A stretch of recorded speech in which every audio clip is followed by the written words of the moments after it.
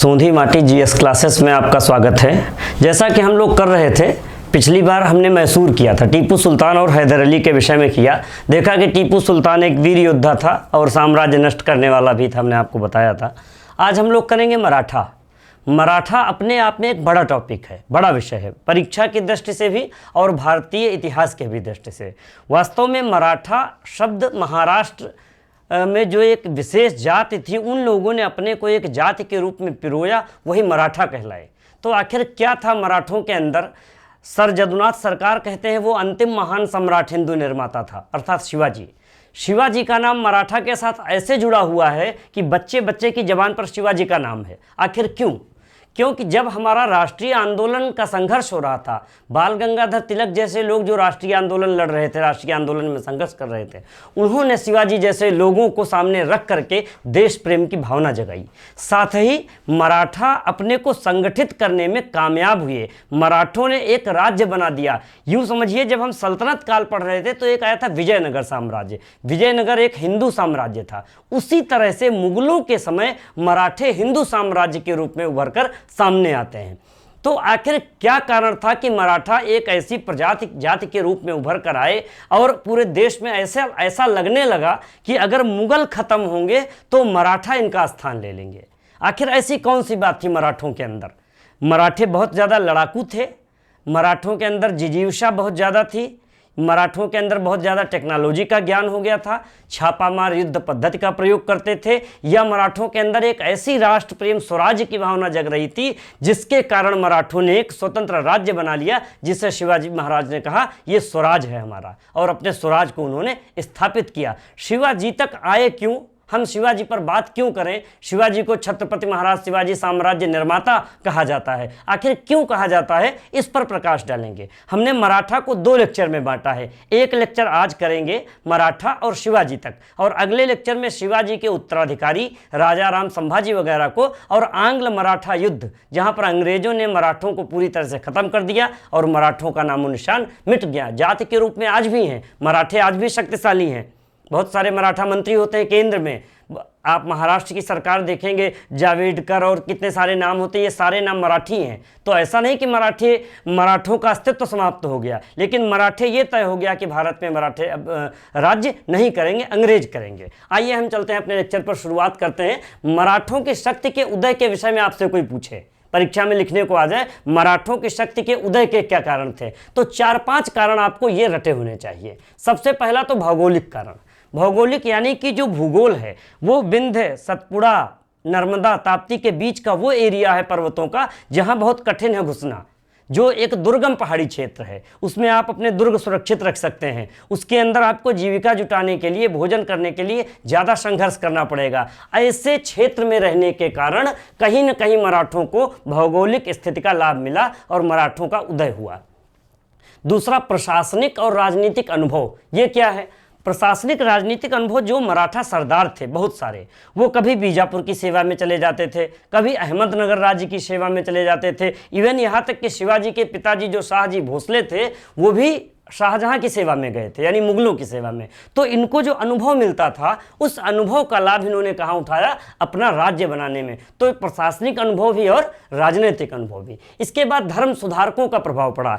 एकनाथ जी, ज्ञानदेव जी, रामदास जी, एक लंबी लिस्ट है मराठा संतों की, जिन्होंने, तुकाराम जी, इन संतों ने मराठा साम्राज्य में अपने उपदेश दिए। उन उपदेशों में एक बात थी कि सबको एक समान ला करके खड़ा कर दिया उन्होंने, और मराठी भाषा में दिया, तो भाषा की समस्या नहीं आई। तो भाषा साहित्य का प्रभाव भी पड़ा, और साथ ही मराठा संतों ने, जो विषमता होती है समाज की किसी भी, वो मराठों में अपेक्षाकृत कम दिखाई देती है। तो जब विषमता नहीं थी तो उनका समाज जो था वो एक उसमें आ गया। ये एक कारण बना कि इन संतों के, धर्म सुधारकों की वजह से मराठों में एक रूपता आई और मराठे एक जाति विशेष के रूप में अपने को मजबूत कर ले गए। भाषा की बात मैंने आपसे अभी की। साहित्य जो लिखा गया, जैसे समर्थ गुरु रामदास की पुस्तक 10 बोध है, हम लोग आगे बात करेंगे। इस तरह जो साहित्य लिखा गया, मराठी में जो अभंग लिखे गए, कविताएं लिखी गई, उन कविताओं ने लोगों पर बहुत प्रभाव डाला।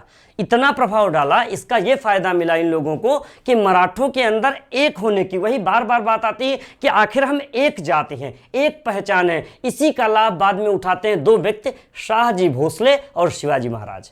और ये दो व्यक्ति ऐसे हुए जिनके योगदान को मराठा शक्ति में भुलाया नहीं जा सकता। शाहजी भोसले ने एक सैनिक रूप में अहमदनगर से शुरुआत की थी, एक सैनिक थे, और बाद में पूना की जागीर बनी और मराठा साम्राज्य की शुरुआत कर दी थी। इसके बाद छत्रपति महाराज शिवाजी ने पूरा मराठा राज्य स्थापित कर दिया और उनको अंतिम हिंदू साम्राज्य निर्माता की संज्ञा दी गई। सरदेसाई इतिहासकार हैं, उन्होंने इनके विषय में लिखा कि अंतिम व्यक्ति दिखाई देता है जो आधुनिक मध्यकाल के अंत में जो आधुनिकता से लैस है, जो एक व्यक्ति बहुत अच्छा विजन रखता है, जो व्यक्ति धर्म सहिष्णु है, उसके विषय में तारीफ लिखते हैं, यानी शिवाजी महाराज के विषय में। यद्यपि उनके आलोचकों ने कभी उनको पहाड़ी लुटेरा कहा, कभी चूहा कहा, कभी कुछ कहा, लेकिन आरोप लगाना बहुत सरल है। आरोप तो हर एक समय में हर एक व्यक्ति पर लगाए जाते हैं, लेकिन उस व्यक्ति ने एक ऐसा काम करके तैयार कर दिया उस बंजर भूमि में, पहाड़ी भूमि में, नदियों के बीच जहां जीवन जीना मुश्किल था, उसने वहां एक राज्य बना दिया और बाकायदा उस राज्य ने ऐसा लगा कि पूरे हिंदुस्तान पर वो राज्य करेगा।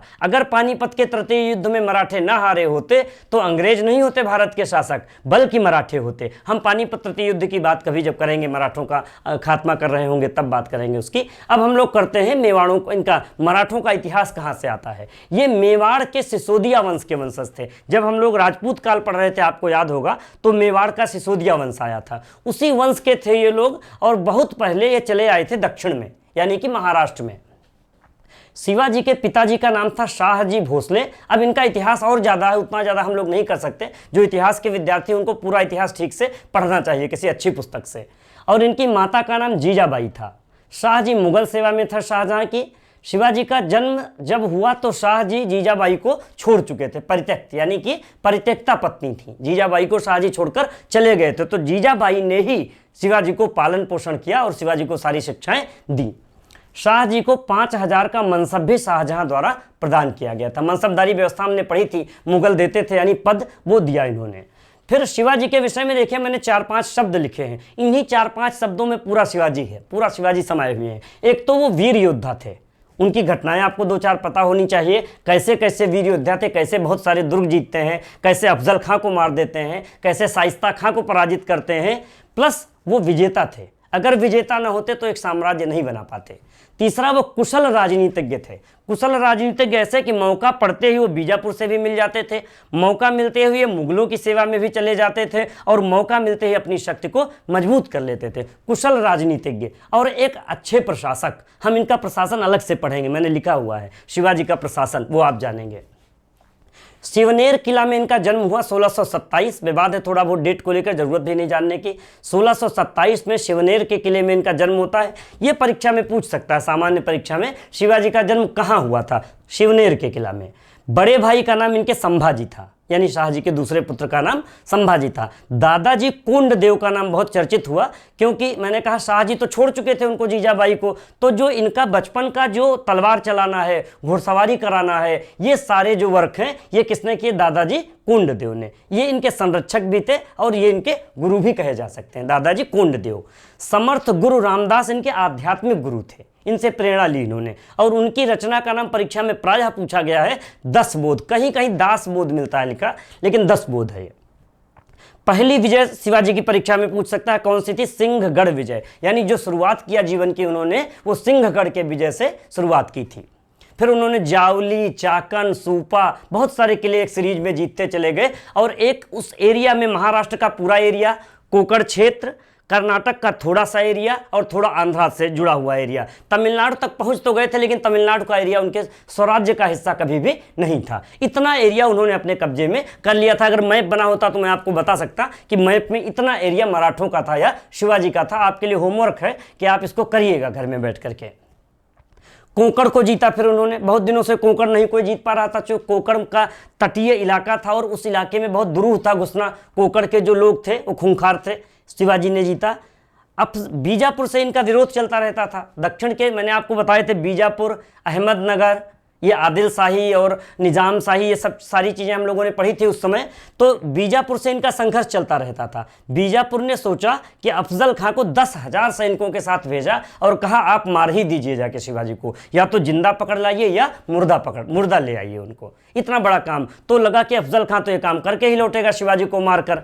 अफजल खां भी चालाक था, उसने सोचा कि जो है इनको बुलाते हैं, निमंत्रण देते हैं, मार देते हैं। शिवाजी को इस षड्यंत्र का पूरा आभास था, क्योंकि शिवाजी निश्चित रूप से पहले ही समझ जाते थे चीज़ों को, इसी को कहते समझदार व्यक्ति थे। उन्होंने शिवाजी अपने अफजल खां से खुले में नहीं मिले, वो खुले में बुला रहा था, उनको पता था खुले में नहीं मिले, प्रतापगढ़ का दुर्ग चुना। प्रतापगढ़ का दुर्ग एक जंगलों में दुर्ग है, उसमें केवल दो चार अपने सिपाही लेकर ये गए और 2-4 सिपाही अफजल खां ले गया।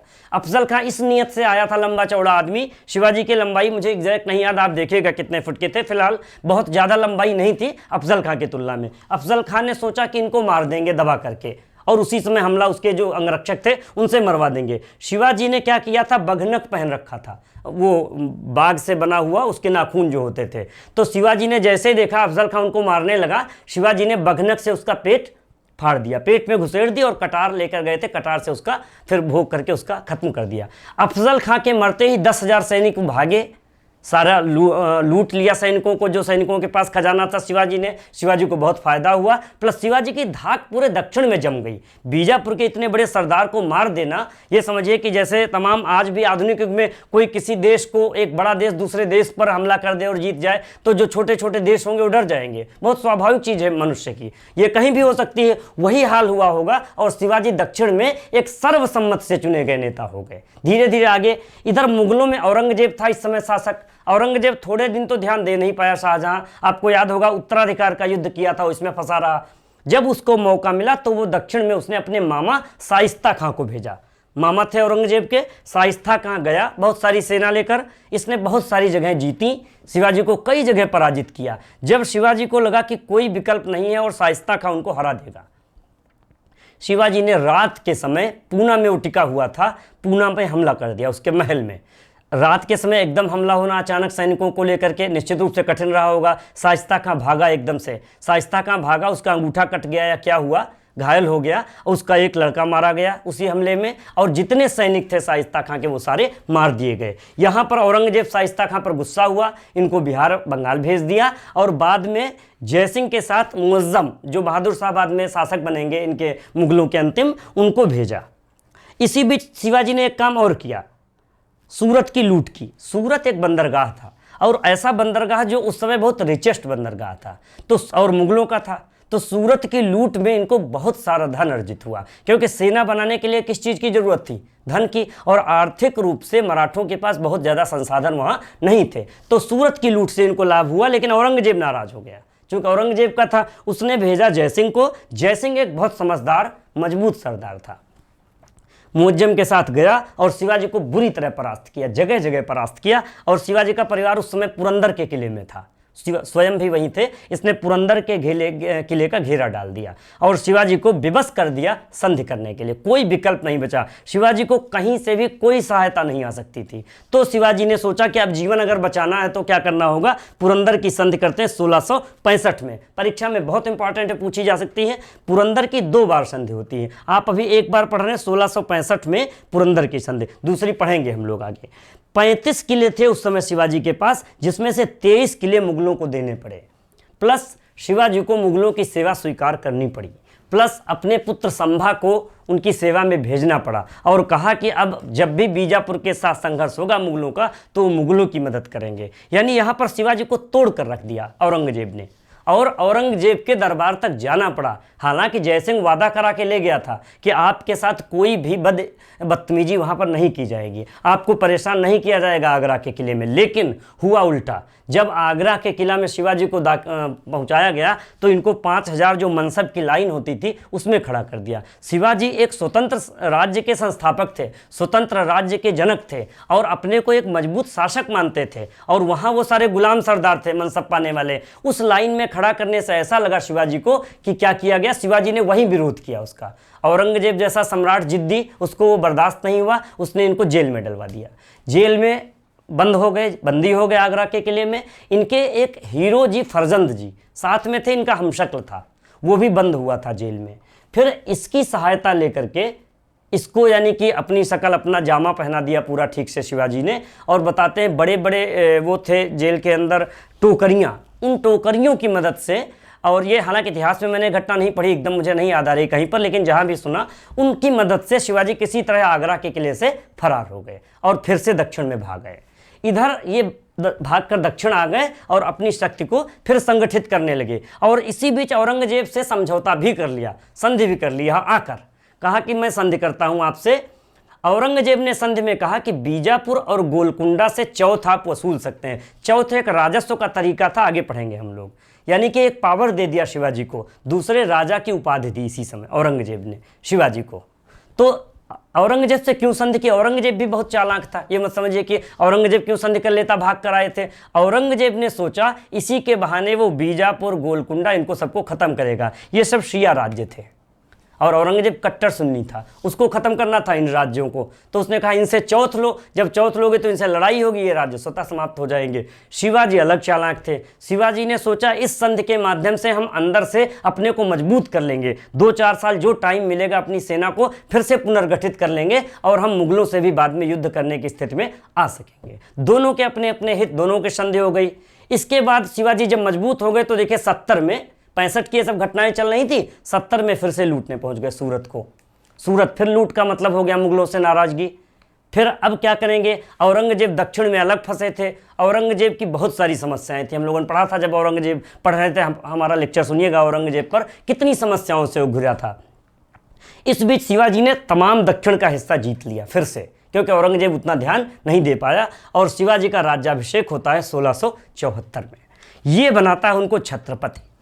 छत्रपति का मतलब एक ऐसा व्यक्ति, छत्रपति की उपाधि ली उन्होंने, जो उस एरिया में अपने को स्वामी बनाता है और मानता है कि मैं इस क्षेत्र का राजा हूं। और बाकायदा ये रायगढ़ में हुआ था राज्याभिषेक। विशेश्वर भट्ट काशी से एक बुलाए जाते हैं ब्राह्मण, स्पेशल ब्राह्मण बुलाए जाते हैं। 11,000 ब्राह्मणों को भोजन कराया जाता है। कायस्थ धर्म प्रतीप एक किताब है इनकी, कभी परीक्षा में न पूछे इसलिए मैंने लिख दी थी। विशेश्वर भट्ट की पुस्तक का नाम है कायस्थ धर्म प्रतीप, याद रखिएगा।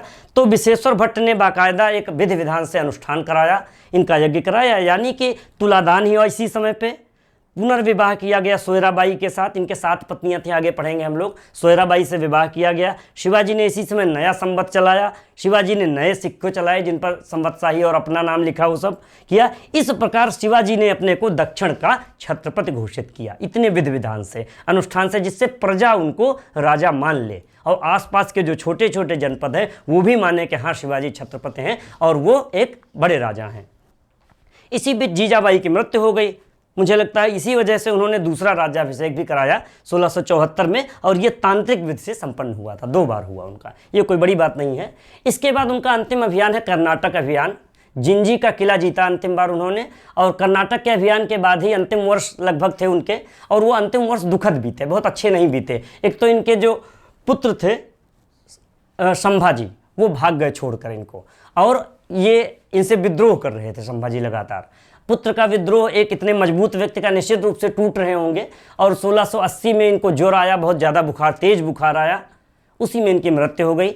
इनका अंतिम संस्कार किया गया, जो कि राजा राम के द्वारा किया गया। हम लोग उत्तराधिकारी पढ़ेंगे तब नाम आएगा राजा राम का। वो सोयराबाई से उत्पन्न राजा राम ने, और राजा राम उस समय अवयस्क थे, यानी कि उनकी उम्र बहुत कम थी, लेकिन राजा राम ही फिर आगे उत्तराधिकारी इनके बनेंगे। जब हम लोग आगे पढ़ेंगे तो राजा राम की माँ का नाम सोयराबाई है और एक ताराबाई महिला आएंगी, वो मजबूत होंगी वहाँ पर। इस तरह से ये लोग राज्य करेंगे। फिर पेशवा आ जाएंगे, पेशवा बालाजी बाजीराव, और जो फिल्म आपने वो वाली देखी थी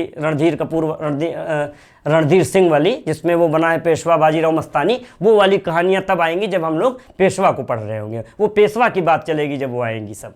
अभी फिलहाल उनके 7 पत्नियां थीं, आपकी जानकारी के लिए। पुतलीबाई नामक पत्नी उनके साथ सती हो गई थी। ये है शिवाजी की कहानी, शिवाजी का ये जीवन है। ये तो मैंने आपको 15 मिनट में बहुत जल्दी जल्दी बता दिया। जो व्यक्ति इतने साल जिया होगा, इतने काम किया होगा, पढ़ने में 3 दिन लगेंगे कम से कम, अगर आप शिवाजी पढ़ेंगे, डूबेंगे आप।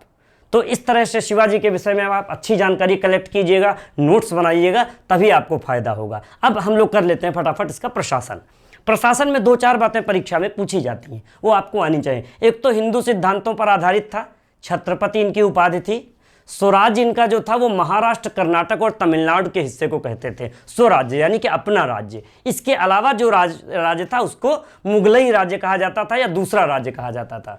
राज व्यवहार कोरा, एक शासकीय शब्दकोश तैयार करवाया इन्होंने पंडितों की सहायता से, जिससे कि प्रशासन में शब्दों की कमी न पड़े।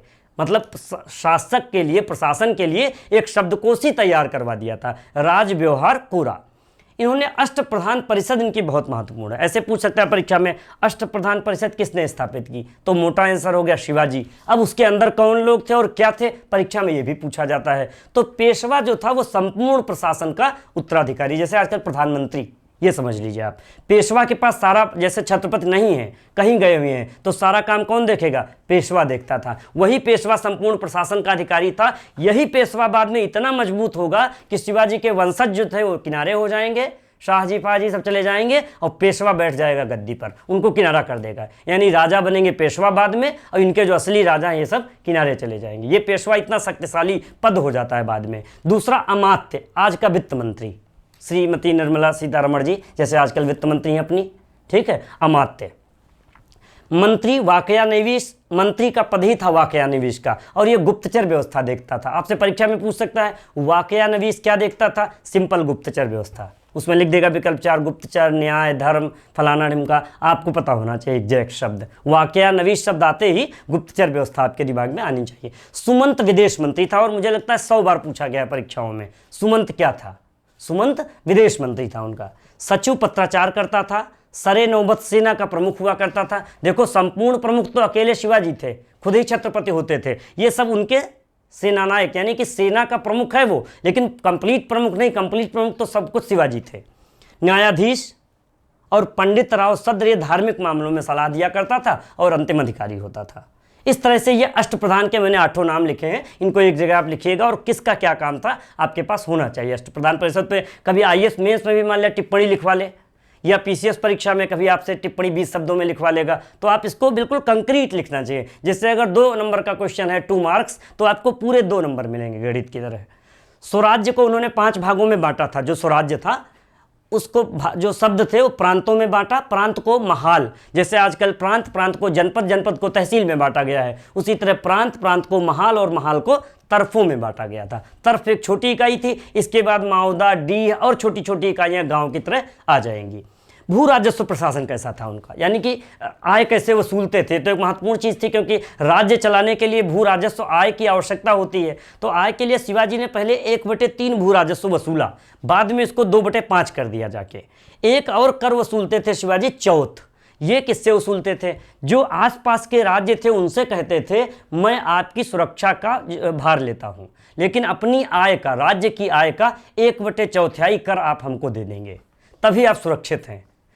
ये चौथ हो गया, राज्य की आय का 1/4 सुरक्षा हेतु। और एक और कर वसूलते थे, उसका नाम था सरदेशमुखी। सरदेशमुख नाम से ही स्पष्ट हो रहा है कि वो कहते थे कि हम लोगों का पुश्तैनी अधिकार है, हम आपके पुश्तैनी प्रधान हैं।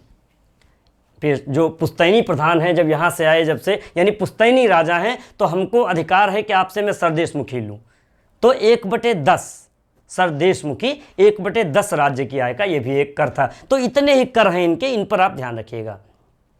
सैन्य प्रशासन कैसा था, सैन्य प्रशासन पर लिखेंगे अश्व सेना को पागा कहते थे, और 2 तरह के होते थे अश्व सैनिक, एक बरगीर होते थे, एक सिलेदार होते थे। जो बरगीर होते थे वो राज्य ही व्यवस्था करता था। आपसे पूछ ले बरगीर क्या थे, तो घुड़सवार सैनिक थे और राज्य व्यवस्था करता था। सिलेदार क्या थे, वो भी घुड़सवार सैनिक थे, लेकिन वो अपनी व्यवस्था स्वयं करते थे युद्ध में लड़ते जाते समय। और पैदल सेना को उस समय वहाँ जो शब्द दिया गया वो क्या दिया गया, पाइक। आपको ये दोनों शब्द याद रखने चाहिए, पागा और पाइक। न्याय की जो मजलिस लगती थी उनकी, यानी न्याय के रूप में जब बैठते थे उसको बोलते थे हुजूर हाजिर मजलिस। हुजूर हाजिर मजलिस उनके न्यायालय का नाम था। और धार्मिक रूप से शिवाजी सहिष्णु व्यक्ति थे, यानी कि धार्मिक रूप से शिवाजी को कोई कुछ भी कहे, वो अंतिम रूप से हिंदू गौ धर्म, ब्राह्मण धर्म, गाय का संरक्षण ये सब करते थे, लेकिन बावजूद इसके वो एक धर्म सहिष्णु व्यक्ति थे। कभी भी उन्होंने मुसलमानों को परेशान नहीं किया, जबकि मुसलमान उनके राज्य में रहते थे बहुत सारे। इससे पता चलता है शिवाजी एक उदार व्यक्ति थे और एक दूरगामी सोच के व्यक्ति थे। खफी खां एक इतिहासकार हुआ है औरंगजेब के सामने बहुत बड़ा, उसने शिवाजी की घोर आलोचना की है, लेकिन उसने इनके धार्मिक नीति की प्रशंसा की है। आप इसी से समझिए, एक आलोचक व्यक्ति अगर इस तरह का प्रशंसा कर रहा है तो शिवाजी इसका मतलब निश्चित रूप से एक अच्छे व्यक्ति रहे होंगे इस मामले में। ये पूरी शिवाजी की कहानी आपको मैंने बताई। अब शिवाजी के विषय में हो गया, अब आप अगला उत्तराधिकारी के विषय में पढ़ेंगे और फिर आंग्ल मराठा संघर्ष पढ़ेंगे। तब तक आप लोग इसको होमवर्क में करते रहिए, नोट्स बनाते रहिए अच्छे से, और बहुत बहुत शुभकामनाएं आपको। धन्यवाद।